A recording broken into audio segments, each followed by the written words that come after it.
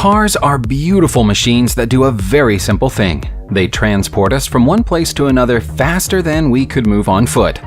As they were designed for this single purpose, they're not much use to anybody when they're parked in one place doing nothing. That means it's a real shame when you see a proud vehicle which has been left abandoned for years on end and forgotten about, like every car you're about to see in today's video. Where better to start than with the kind of luxury car every motor vehicle enthusiast dreams of? The Alfa Romeo. Staggeringly, someone hadn't abandoned just one, but a whole 5 Alfa Romeos in Belgium. There's a little story behind this one. The place where the cars were found is Kasteel van Heers, which once belonged to a wealthy gentleman. The gentleman fell on hard times and could no longer afford the upkeep of his property or his luxury vehicles. As a result, they lay in an underground car park gathering dust and grime for decades. Only after urban explorers broke into the castle to take photographs were they remembered again, and a rescue project began online. The pride of the collection is a 1960 Alfa Romeo Giulietta Spider Veloce, which has since been lovingly restored to its original shining white condition. Not much is yet known about the fate of the remaining 4, although based on the racing stickers we can see on the side of them, they may have exceptional provenance. Everybody knows that Bugatti make incredible luxury cars, and so if you owned one, you'd probably never get bored of showing it off to people. Buying one and then shoving it into a garage for half a century wouldn't make any sense. And yet that's what happened to this Bugatti Type 57S Adelante. Only 43 of them were ever made by Bugatti, making them collector's items from the moment they rolled off the production line during the 1930s. The abandoned Bugatti was built in 1937, but spent almost all of its life hidden from the sunlight in a garage in Gosforth, England. By 1955, it was in the hands of a doctor named Harold Carr, an obsessive-compulsive hoarder who was also a recluse. When Carr passed away in 2007 without children or a will, it was left to his nephew to discover the Bugatti when he came to clean out his uncle's possessions. Based on the tax disc, which expired during 1960, it seemed the car hadn't moved in 47 years. The family decided to auction the car, which sold for nearly $4.5 million. If you know anything about this next collection of abandoned cars, be sure to let us know in the comments. You'd be helping to solve a mystery. There's a cave in Wales, known to locals as the Cavern of the Lost Souls. It's 200 feet deep and was once a slate mine. Now it's full of over 100 cars from the 1970s. And nobody knows how they got there. There are cars made by many different manufacturers in various states of decomposition, with those at the bottom of the pile rotting away in pools of stagnant water. Urban explorers have visited the site of the mine, which closed in the 1960s, regularly in recent years to bring us pictures of the abandoned car mountain. Some speculate that all of the cars crashed here after sliding off the dangerous nearby roads in wet conditions. But there's no sign of human remains in any of the vehicles. It seems more likely that all of the cars were deliberately dumped here. Who would do such a thing, and why? One of the most famous abandoned car graveyards in the world used to be in a forest close to Châtillon in Belgium. Photos of the hundreds of cars which were abandoned there were widely circulated on the internet around 7 years ago, and people still turn up with cameras hoping to take their own snaps of the vehicles. All of those people will be disappointed. The cars are gone now, but we still have all these incredible pictures. The urban legend is that the cars were once owned by American soldiers who were stationed in Belgium, but then abandoned them when the time came to go home. That's just a myth though.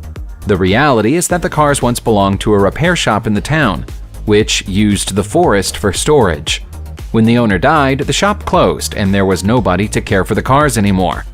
There were many American cars here, including a Ford Thunderbird and a Renault Dauphine, but all that's left now is a single Ford Cortina. The town tired of the rusting junk heap and had the cars crushed around 5 years ago. Depending on your historical and political standpoint, The Trabant is either a proud symbol of East Germany or an atrocious car made cheaply by communists. No matter which way you look at them, they were a successful model and sold by the thousands. That was during a time when choices of automobile were limited in East Germany, though. After the fall of the Berlin Wall, nobody wanted them anymore, and they started to become abandoned as their owners bought Volkswagens instead. You can still find them in many locations in the East, including an abandoned workshop in Berlin. Here you'll find a prototype of the 1959 AWZ P70 Zwickau gathering dust, alongside a Moskvich 412S and several other more obscure variants of the forgotten brand. It's believed that the cars, like the workshop that acts as their permanent home, have been abandoned ever since the wall fell. With a little hard work, some of them could still be fixed up and driven away, in the unlikely event that anyone in 2019 still wants a Trabant. Are these abandoned cars or are they art?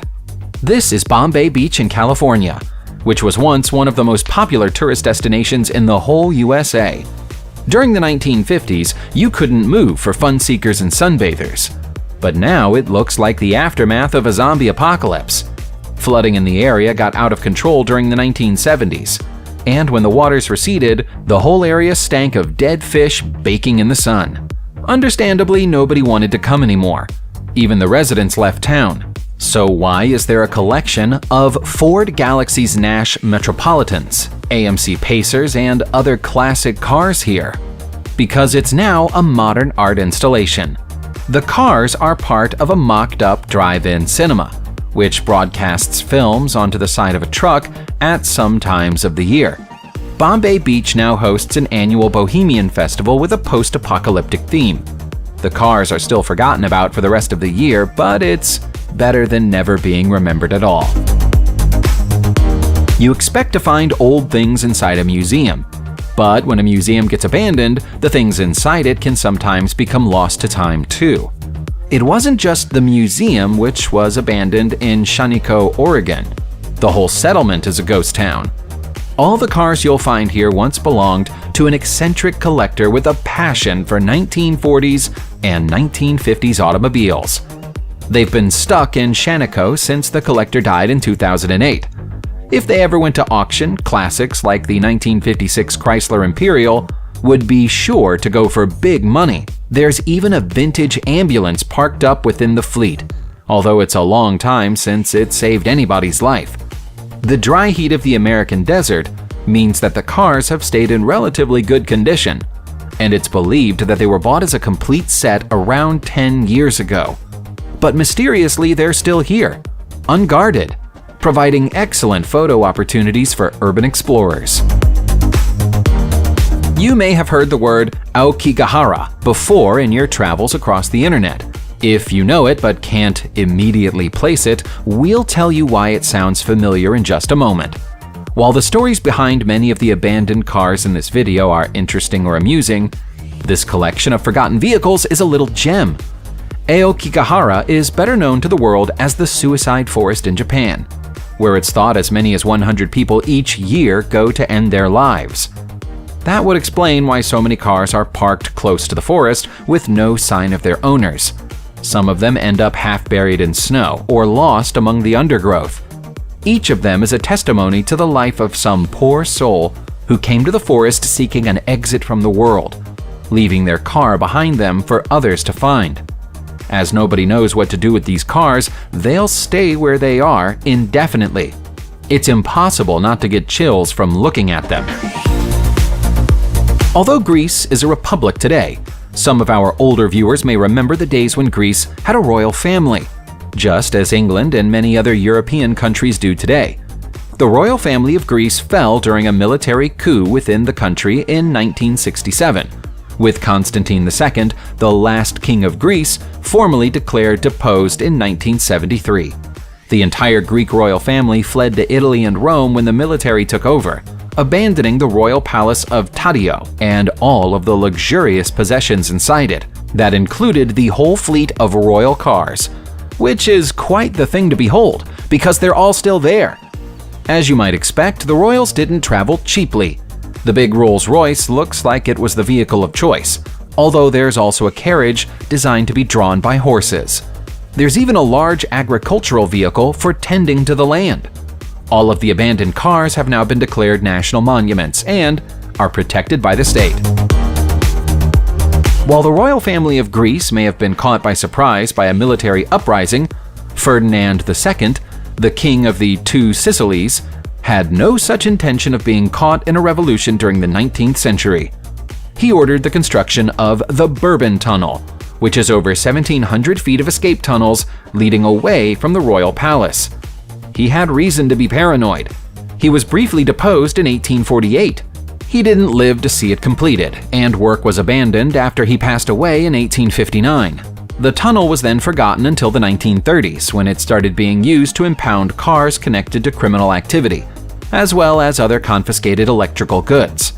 When they became full, they were sealed up, but they're now open again as a museum for the public, who can marvel at the forgotten and rotting 1930s cars and motorbikes which line all of the walls below the city of Naples. They're not all in great condition, but the scale of the sense of abandonment down there is almost overwhelming. Times of turmoil in a country will often lead to the abandonment of property, and so it proved to be the case again when Cyprus was divided in 1974, following the Turkish invasion. When that happened, several thousand people who lived in the affected part of the island just picked up whatever they could and ran away, leaving their cars and motorbikes behind them. Several businesses vanished overnight too, meaning fleets of buses and coaches had no future purpose. Many of the vehicles were left in and around the Akrotiri military base, which has remained a strip of British territory ever since. All of the vintage cars and other vehicles have since been rehoused into the base, resulting in a massive car graveyard. The British aren't holding the cars hostage. They've posted details of the entire collection online and have invited the original owners to come and claim their possessions back if they so wish. Very few people ever have. The cars aren't the only abandoned vehicles here. There's a whole forgotten airport inside the United Nations-controlled buffer zone, including a huge abandoned airliner. Vehicles used by emergency services often make use of the latest technology available. When that technology progresses, new vehicles are created, and the old ones become obsolete. Those obsolete vehicles have to go somewhere if they're not to be scrapped or recycled, and it would seem that the French aren't big fans of scrapping or recycling. This vast warehouse of dusty old red fire engines is just one of several which can be found all over France. To walk among them is like experiencing the history of firefighting in the flesh. The oldest of the fire trucks that can be found here are more than 100 years old. The official reason that they are still standing here is that the government plans to open a firefighting museum. But that's been rumored for years, and there's still no sign of it happening. At least somebody is looking after them, and we suppose it means France has plenty of backup support in the event of a gigantic fire breaking out. Most of them can still be driven. Subscribe to the channel, turn on the notification bell, and enjoy watching new videos on my channel. Thanks for watching, and see you soon!